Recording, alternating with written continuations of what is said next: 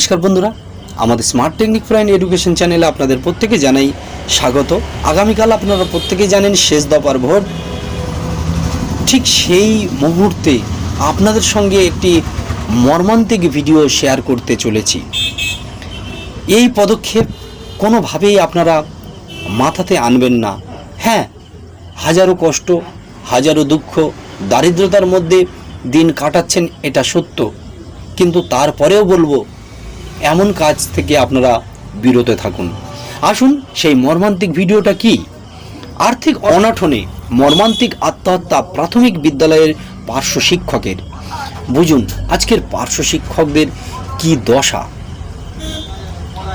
উত্তর দিনাজপুর জেলায় করণদিঘি ব্লকের রহাটপুর প্রাথমিক বিদ্যালয়ের প্যারাটিচার হাবিবুর রহমানের মর্মান্তিক আত্মহত্যার ঘটনা এলাকায় শোকের ছায়া ফেলেছে। সামান্য বেতনে সংসার চালাতে হিমশিম খেতে হচ্ছিল হাবিবুর রহমান।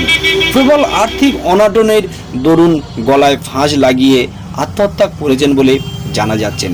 করণদিঘি ব্লকের রানীগঞ্জ পঞ্চায়েতের রহাটপুর গ্রামের মৃত হাবিবুর হাই বিশ্বাসের ছেলে হাবিবুর রহমান। 2 মেয়ে এবং 1 ছেলে রয়েছে তার। বুধবার রাতে এই ঘটনা ঘটেছে। বৃহস্পতিবার সকালে পরিবারের লোকজন তার মৃতদেহ দেখতে পান। পরিবারের সদস্যরা জানান, আর্থিক অনটনের কারণে তিনি দীর্ঘদিন ধরে মানসিক চাপের মধ্যে ছিলেন। হাবিবুর রহমানের এই আত্মহত্যার সিদ্ধান্তে তার পরিবার এবং সহকর্মীদের মধ্যে শোকের ছায়া নেমে পড়েছে। হাবিবুর রহমান রহাটপুর প্রাথমিক বিদ্যালয়ের প্যারাটিচার হিসাবে কাজ করতেন। তার বেতন অত্যন্ত সামান্য ছিল, যা দিয়েই পরিবারের দৈনিক খরচ চালাতে কঠিন হয়ে পড়ছিল।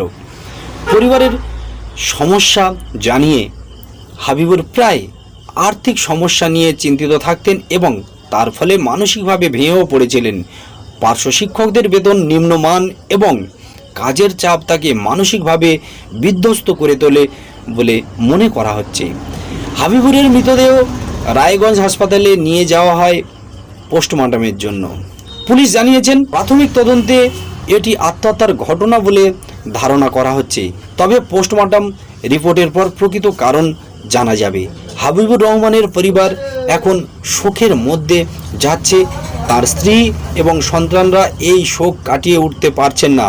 পরিবারের একমাত্র উপার্জনকারী ছিলেন হাবিবুর রহমান।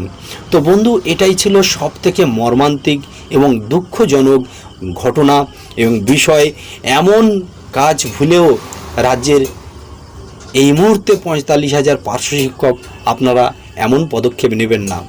আপনারা একত্রিত হন, রাজ্যের মাননীয় মুখ্যমন্ত্রীর কাছে আবারও দাবি জানান, যাতে করে আপনাদের এই দুঃখ দুর্দশার কথা উনি মনে করেন এবং উনি যে প্রতিশ্রুতি দিয়েছিলেন উনি যাতে রাখতে পারেন। তবে কোনোভাবে আত্মহত্যার পথ আপনারা বেছে নেবেন না। ধন্যবাদ, নমস্কার। প্রত্যেকে ভালো থাকুন, সুস্থ থাকুন।